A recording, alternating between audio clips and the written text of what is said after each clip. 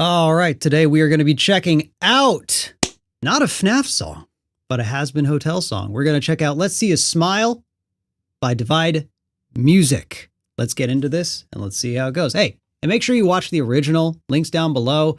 We don't steal content. We don't steal views here. Go watch the original, preferably before watching this one, because I do pause, etc., etc. Let's break this down and see what's good.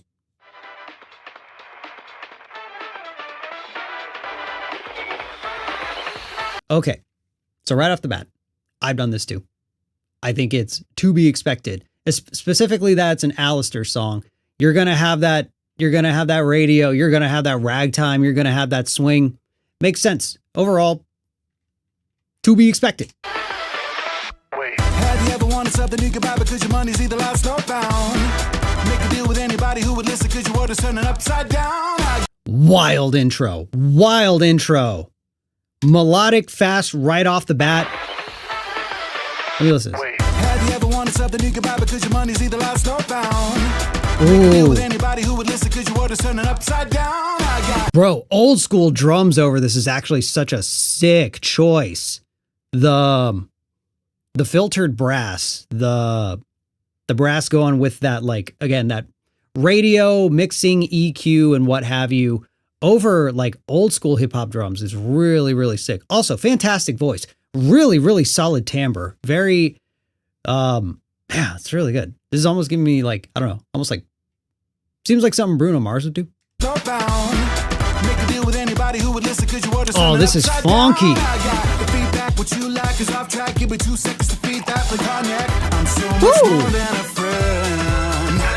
Ooh, a little run right.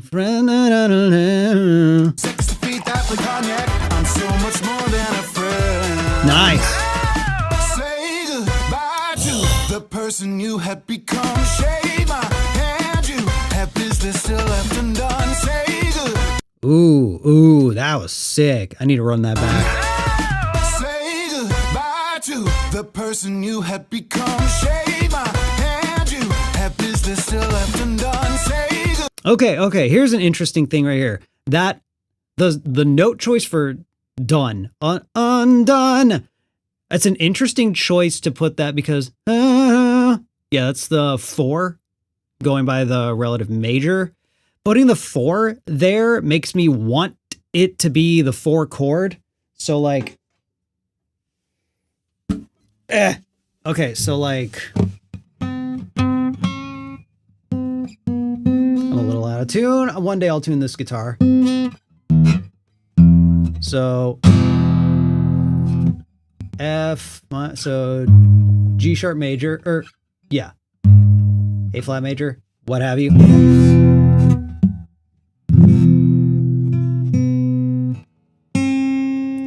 So with this note being here, oh.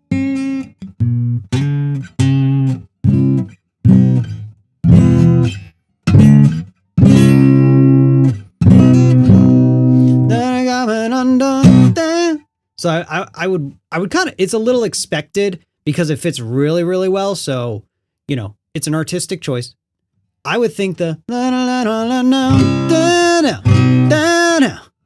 I wonder if like the bass line is doing that, and because the chords are just hits, I'm missing out on that. Let me listen to that again. But say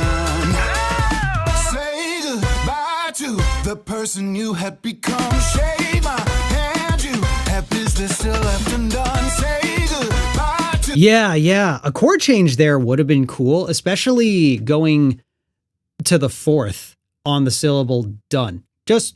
Just an observation. It's an interesting choice. And it would have been interesting if it changed right there. All right. the person you had become. Let's see a smile. Oh, sick break.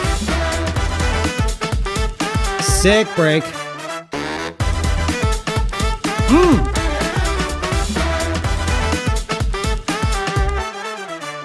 Something I also appreciate with these songs, a lot of times there's this group of artists in the nerdcore community where it kind of feels like, and I do this a lot too, just with a different genre. It's taking these influences and almost always putting it over whatever your artist's typical genre is. So for me, for something like this, I would take, these brass. I did the radio stuff. I did Radio Demon. And it starts off as this like funky, swingy, like, vibey, old timey and what have you. And then it eventually turns into like, oh, this is a rock song. This is a Nate Wants to Battle song. And it becomes that. And that happens a lot with kind of all artists, especially in this field, is they take the influence of whatever the IP that's inspiring the song is, and then maybe start it off that way and put sprinkles of that influence in there and put it over whatever their standard sound is. What I appreciate about this, now again, I'm not the most familiar with Divide's entire catalog. I've heard a decent chunk of songs.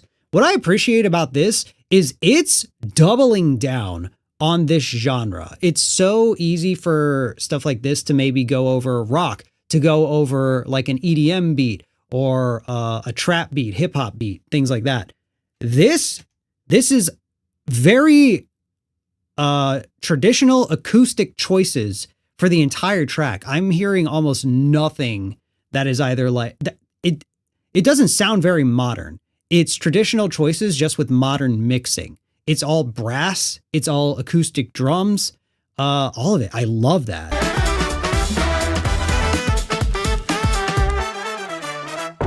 Knocking can echo when the spaces are all gone.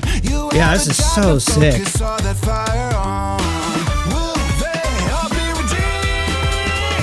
Woo! Great brass samples, unless they use real brass.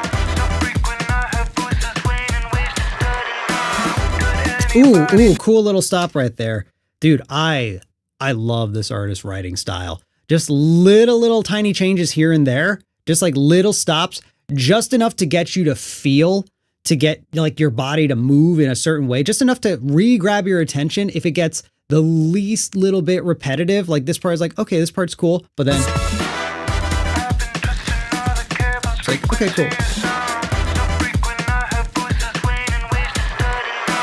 That stop right there, it was such a minor little tweak, but it made such a huge difference. It just, it kind of gives you whiplash, and that kind of shoves you back into paying attention. So smart. Say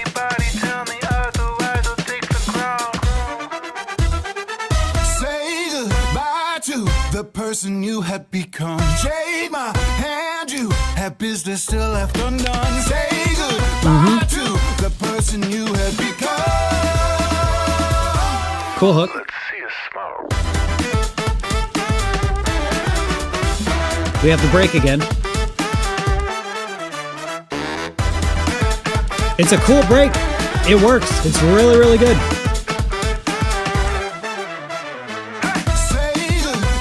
Oh, back into hook. Are we bridgeless? Bridgeless would be interesting.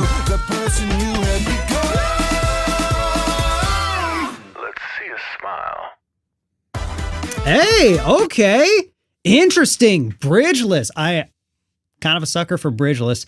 Bridgeless, though, with just repeating post-chorus and then chorus again, to me conveys two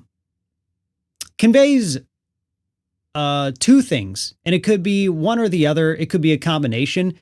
This is something that, I experience a lot.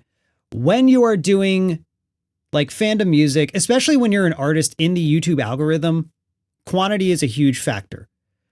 Throwing more spaghetti is kind of part of the trade. So a lot of times when you're doing songwriting, and again, this isn't to say I think this is like, lazy, or I think this is even what the case is. A lot of times you find that once you've gotten like enough, you're like, okay, well, I could go above and beyond and do a lot more. But if I'm not feeling particularly like I need to think, because dude, in any scenario, trying to compose a bridge, unless something instantly dope comes to mind, is just kind of like, all right, let's figure out what the bridge is going to do. To me, it's like, it's a weird mental dynamic shift in the writing process, because it's this kind of weird, it's like something's going to change, something's going to shift. So a lot of times you end up skipping bridges. And I feel like that happens a lot outside of fandom music as well, with a lot of like modern, just like pop, with a lot of rap, with a lot of popular music, with a lot of like charting artists. Bridges are like kind of phasing out as it is. So there's a combination of, am I confident enough in the pieces I wrote for this song? Do I think going bridgeless makes this, or do I think going bridgeless is okay for this particular song? Because do I think the elements that I've composed here stand enough on their own and they don't need that break? So I think it shows a combination or one or the other of confidence and time constraints, not a great word, but more just like, how much is a bridge really going to affect the performance of this song? Because also attention spans are getting shorter. So I forgot, you're up here, not here. So attention spans are getting shorter. So bridgeless makes sense because a lot of these songs are getting shorter. People are consuming way more content, higher quantities of content. Music is just so saturated that there is the feeling of like, what if I put a huge amount of effort into a bridge and people didn't even care about the song? There wasn't even a bridge. So I totally get it. I like skipping writing a bridge. The going into the same post chorus, because it was basically verse, chorus, chorus, and that was it. There's the post chorus instrumental break, which is really, really cool. I think maybe if I had changed anything, that second post chorus could have had, like, it could have been a cool way to extend it, because they, unless the melody changed and I just forgot. But double the length of that second post chorus, make the second half of that new post chorus, that you've doubled. So you have second post chorus, second half. I'm explaining this horribly. Double the length, do something different with your new second half. I think that would have spiced it up just a little bit. Just like repeat it, add more brass, something a little more amped up, a little bit more of a build. Couple runs in the last chorus, but still overall, this was fucking awesome. This was such a cool track. And again, I love the fact that it's stuck to sounding, to keeping very, very acoustic voice choices. So again, just like very raw, real sounding drums, big brass carries this entire instrumental. And then just like, not even an 808, just like whatever basic bass was used for this, really just supported the brass and the drum samples, which were the shining factor of the instrumental. And vocalist, phenomenal singer, really, really cool timbre. Very, very like, there's fucking soul in that voice. I love that. Overall, absolute banger. Very sick. Go check out the original. Again, this is Let's See a Smile by Divide Music, an ALASTOR song. Very dope. Congratulations. Claps all around. And that's it. Have a day.